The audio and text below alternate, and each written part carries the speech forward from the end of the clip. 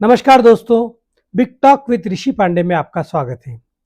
आज का हमारा विषय है जातिगत सियासत, उसके लाभ और उसके हानि। एक लाइन है कि अगले जन्म मोहे अगड़ा न कीजियो। ये लाइन देश की राजनीति और नौजवानों की बेचैनी को बखूबी बयां करती है। योग्यता होने के बावजूद पढ़ाई, नौकरी और राजनीति सब में जाति का तराजू भारी पड़ रहा है और जातिगत जनगणना के बाद हालात और भी बदतर होने की आशंका है। हाल ही में हमने देश के उपराष्ट्रपति का चुनाव देखा। तमिलनाडु के सीपी राधाकृष्णन उपराष्ट्रपति चुने गए। वे योग्य हैं, राज्यपाल रहे हैं, तमिलनाडु से सांसद रहे हैं, लेकिन इस सब से हटके उनकी एक पहचान और है और वो पहचान है पिछड़े वर्ग के प्रतिनिधि की।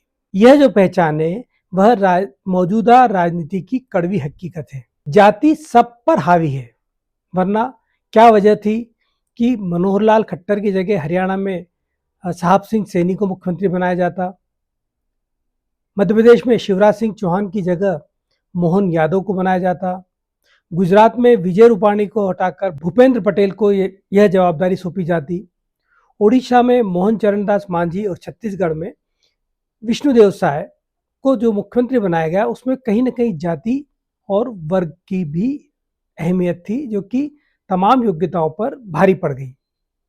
अब बीजेपी के अगले अध्यक्ष के चयन के लिए भी जाति को ही पैमाना माना जा रहा है। एक तरह से कहा जा सकता है कि सवर्ण राजनीति के दिन अब लग चुके हैं। सिर्फ बीजेपी ही नहीं, कांग्रेस हो या तमाम क्षेत्रीय दल, सभी जगह कास्ट पॉलिटिक्स हावी है।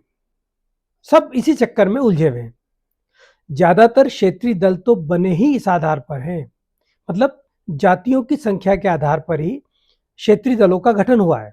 अब वो बिहार हो जहां पर लालू प्रसाद यादव की पार्टी हो, या उत्तर प्रदेश में मुलायम सिंह यादव की पार्टी, समाजवादी पार्टी या बहुजन समाज पार्टी, ये सभी जो पार्टियां बनी है वो जाति के आधार पर ही बनी है।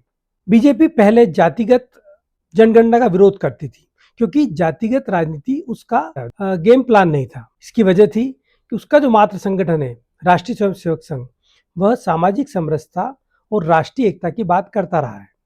लेकिन आज बीजेपी भी जातिगत राजनीति में पूरी तरह से शामिल हो चुकी है। प्रधानमंत्री हो, राष्ट्रपति हो, उपराष्ट्रपति हो, मुख्यमंत्री हो और अब उसकी खुद की पार्टी का अध्यक्ष हो, हर पद पर जाति समीकरण देखकर ही फैसले हो रहे हैं।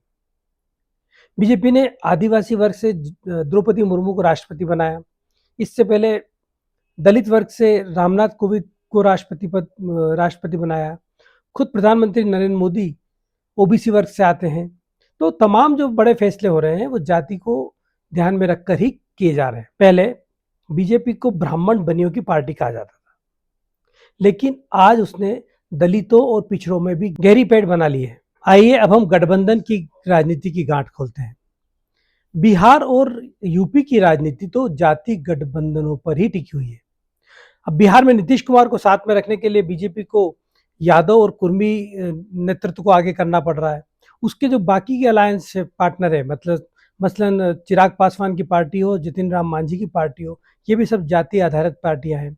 उत्तर प्रदेश में अनुप्रिया पटेल की पार्टी हो या ओम प्रकाश राजभर की पार्टी, जिसके भी साथ उसका गठबंधन हुआ है, वो सिर्फ जाति के आधार पर है। अब ये सवाल उठता है कि इसके बाद क्या? ये तय है कि जातिगत जनगणना के बाद जो आंकड़े आएंगे वो राजनीति का हथियार बनेंगे।